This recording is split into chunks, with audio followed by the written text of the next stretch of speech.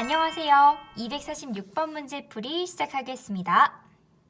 246번 문제는 보기를 참고하여 가를 이해한 내용으로 가장 적절한 것을 고르는 문제입니다. 여기서 가는 빼앗긴들에도 봄은 오는가입니다. 그럼 보기에서 설명하는 가에 대한 내용을 먼저 파악해 보겠습니다.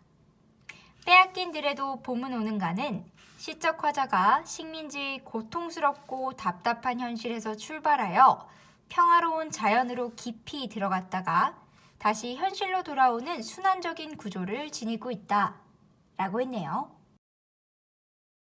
이 설명을 통해서 우리는 가가 식민지가 되어버린 조국의 고통스러운 현실을 표현하고 있다는 점을 확인할 수 있습니다. 그리고 시의 전체적인 구조가 현실, 자연, 그리고 다시 현실 이렇게 구성되어 있을 것을 예측할 수 있습니다. 이러한 구조는 시적 화자에게 현실을 잊기 위해 들어간 자연 역시 부정적인 현실의 일부일 수밖에 없다는 사실을 깨닫게 하고 라고 했어요.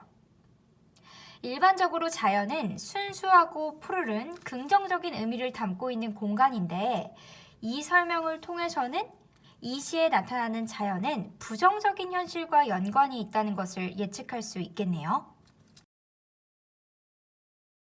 다음으로 자연에서 현실로 돌아올 때 더욱 뚜렷하게 현실을 인식하게 하는 효과를 준다라고 했어요.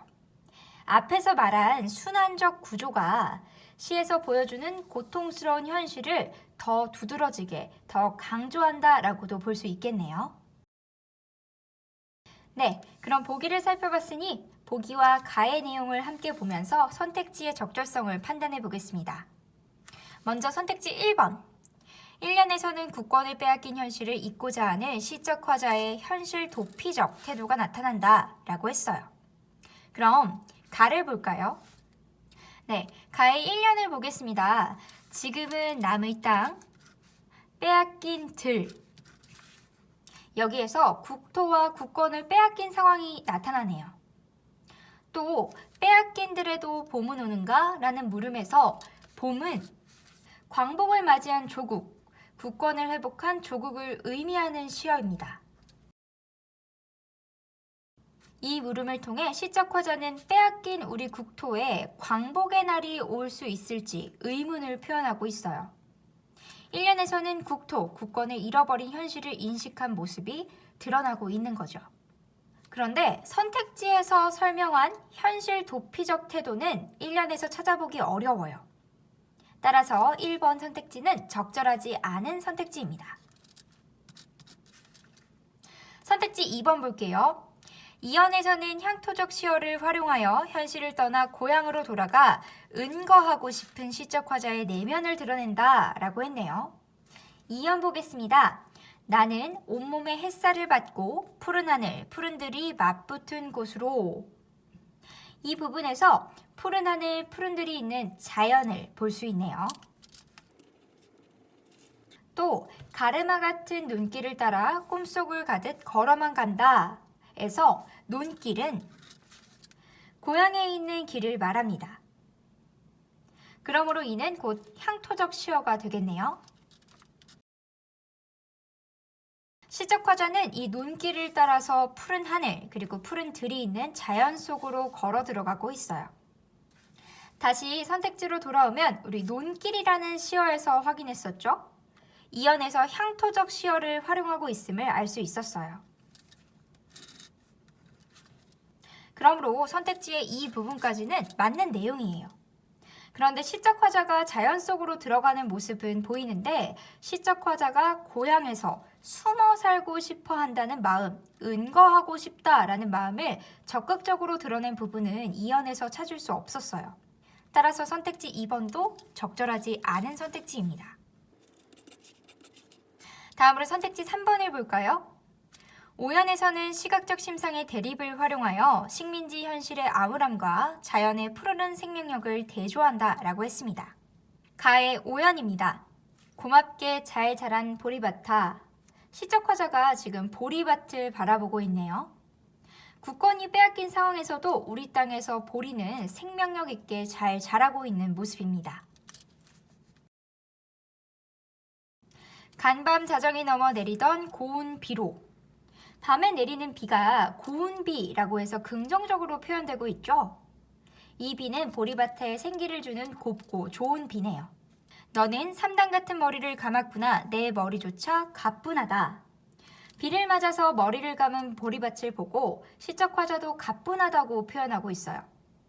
봄비가 내리고 생명력을 보여주는 자연, 우리 국토의 모습이 오연에서 드러나고 있는 것이죠.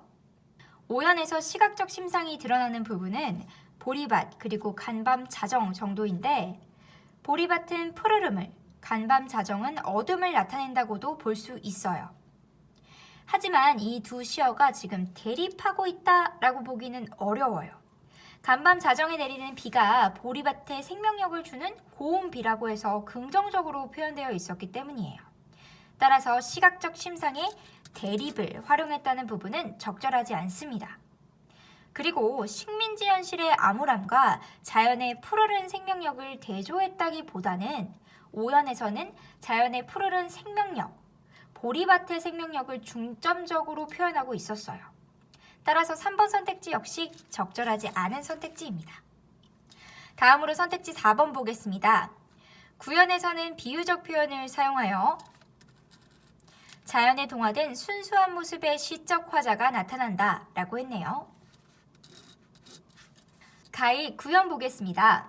강가에 나온 아이와 같이 짬도 모르고 끝도 없이 닿는 내 혼아 라고 했어요. 내 혼, 즉 시적 화자를 강가에 나온 아이에 비유하고 있죠.